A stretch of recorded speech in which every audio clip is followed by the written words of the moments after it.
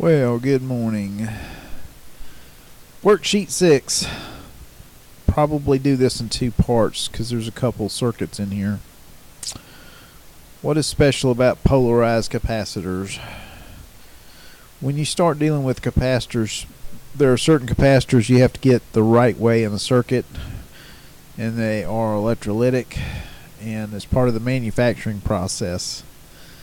So read a little bit on that as to why you have to get them a certain way, and then always do it.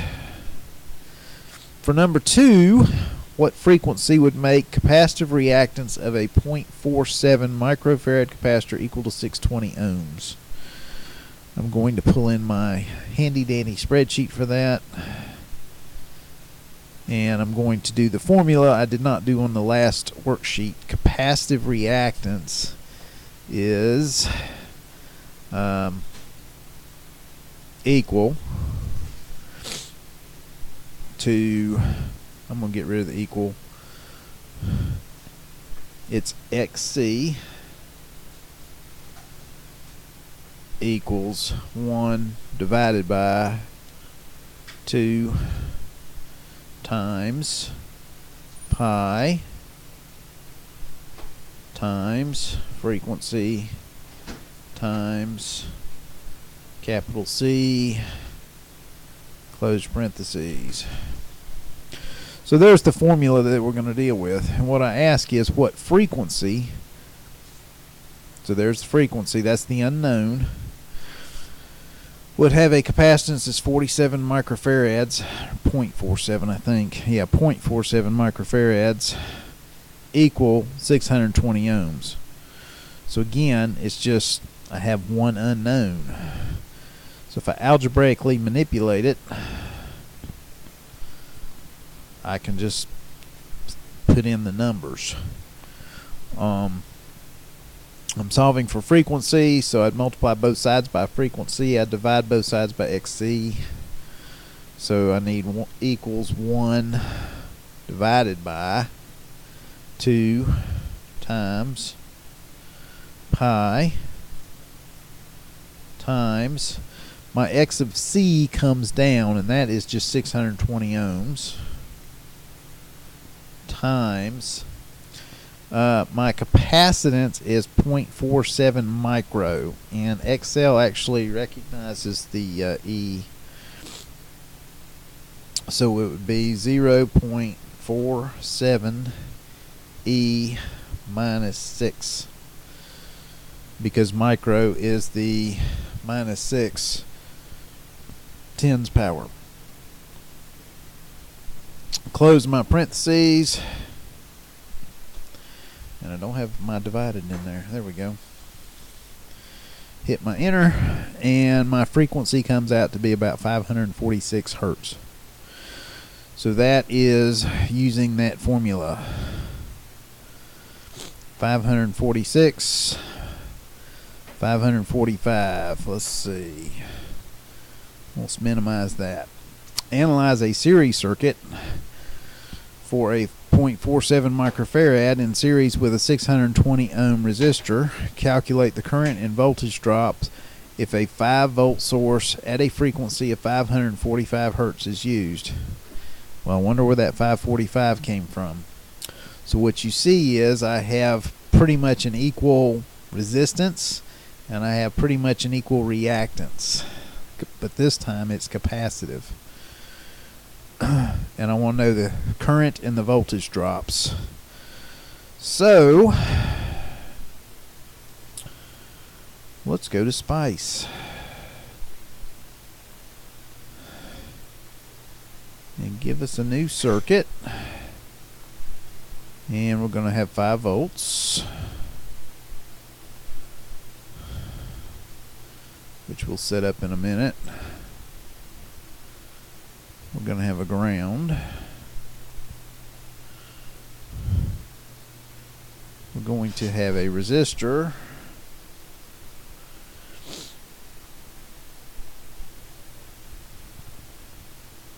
Ooh, I wound up with 2. And a capacitor. So I'm going to get my scissors and go in and cut one of these. Doesn't matter which one.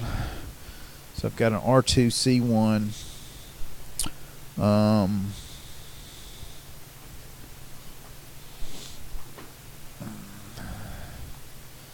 It is series, right? Yes. Okay, so it's our simple series circuit, like we did with the inductor. Very similar. And connect the dots.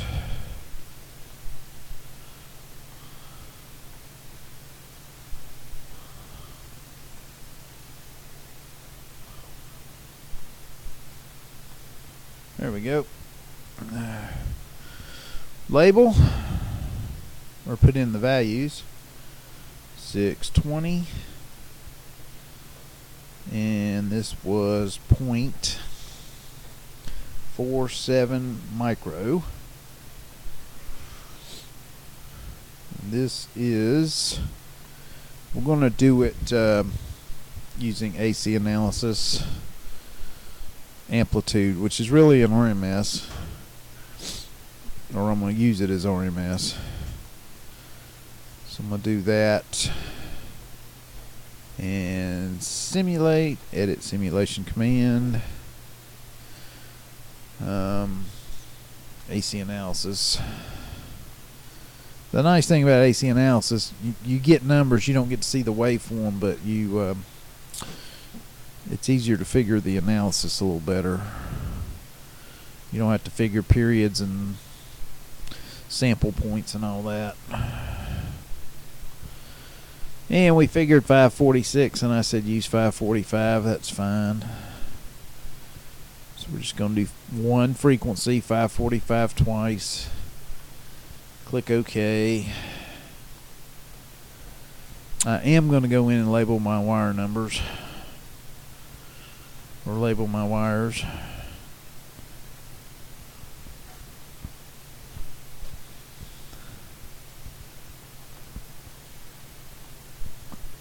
Okay.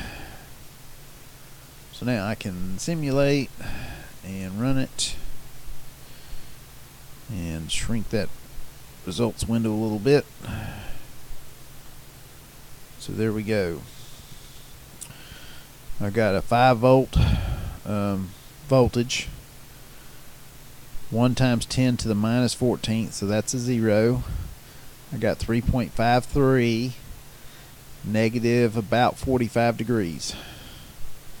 And in my current, since they're all in series, they're about 5.7 milliamps. And they will have some phase shifts. Okay. So, want to analyze to find all the currents. There's all the currents, all the voltages. We know the voltage of the waveform. We know the voltage across the capacitor. We still don't know the voltage across the resistor.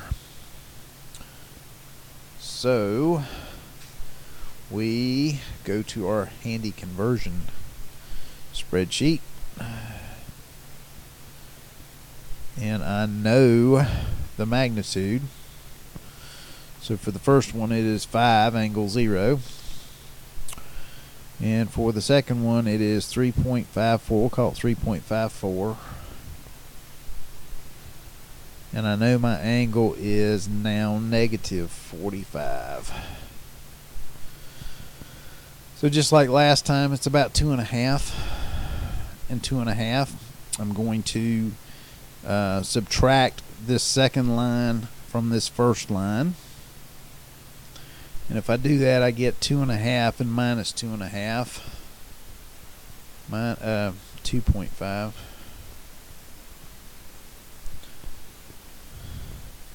Minus 2.5.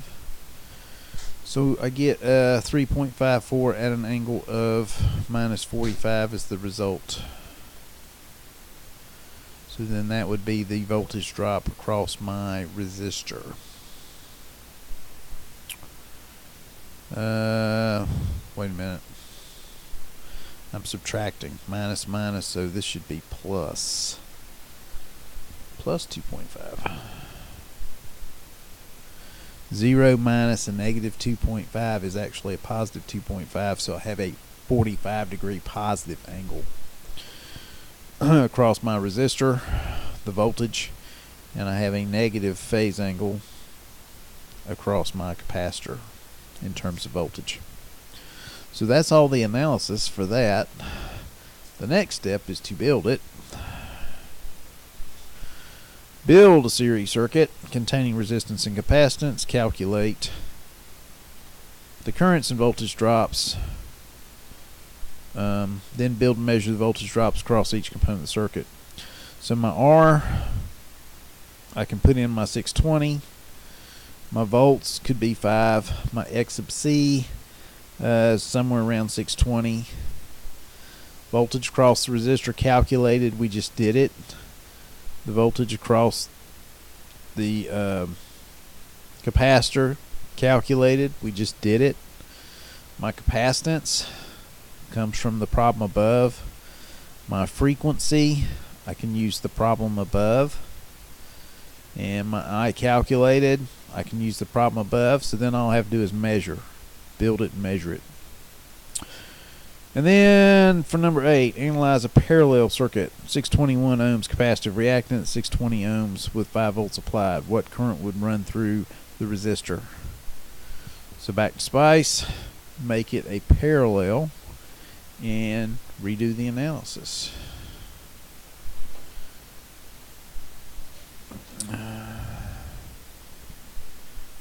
So I'm going to close that. Get out my scissors, cut that part, put in a resistor, connect dots,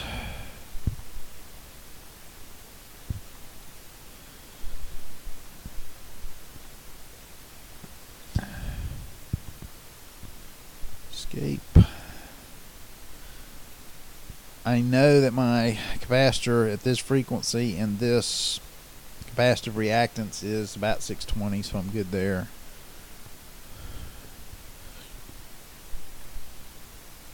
Got to make my resistance 620, and it should be good. So now I run it, and there are my currents. And notice the capacitive current's 90 degrees out of phase, positive. The inductor was 90 degrees negative. And the current through the resistor is even, 8 milliamps.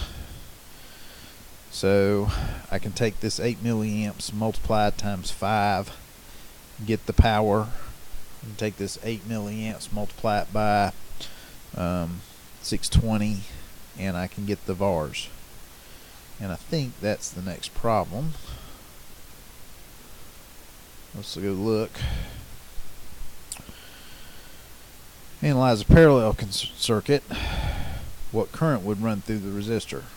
So we got it. For a parallel capacitive reactive circuit at 620 and 620 ohms at 5 volts, what power does the resistor need to be able to dissipate? So I need the current through the resistor times the voltage across, or the current through the resistor squared times the value of the resistor. You'll get the same answer. Now, number 10. At what frequency would a 10 millihenry inductor and a 0.47 capacitor have the same value of reactance? So here's my capacitive reactance formula. My inductive reactance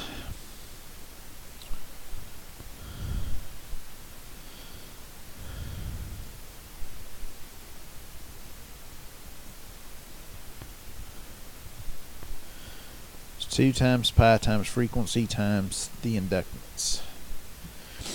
And so my question is, at what frequency would they have the same value? So basically, I'm going to take this side of my capacitive reactance equation and set it equal to this side of my inductive reactance equation, because I want XL and XC to equal.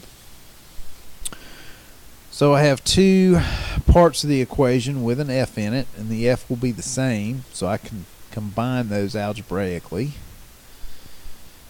And I can do the math because I know what my L is and I know what the C is. So my only unknown is the frequency. So if I solve for frequency, I would multiply both sides by frequency. I'd wind up with frequency square. I would divide by 2 pi L. So I'd get 4 pi squared LC. Frequency squared, if you're doing the algebra right, equals 1 divided by 4, which is 2 squared, times pi, quantity squared, times L times C. So you'd get that. If you take the square root of both sides, the pi square goes away, the 4 becomes a 2 again, and this becomes the square root of LC. So that frequency is equal to 1 divided by 2 times pi times the square root of L times C.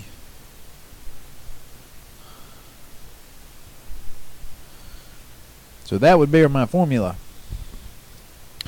in Excel. So I'm just going to put that in. Equals 1 divided by 2, open parentheses, 2 times pi times SQRT is square root in Excel and Scilab.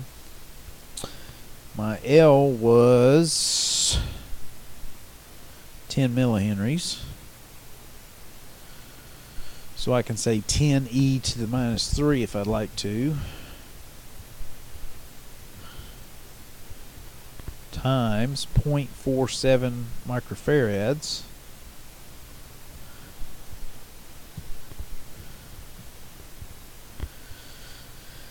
And then close the parentheses again because I'm closing it first time for square root and closing it the second time to complete the denominator.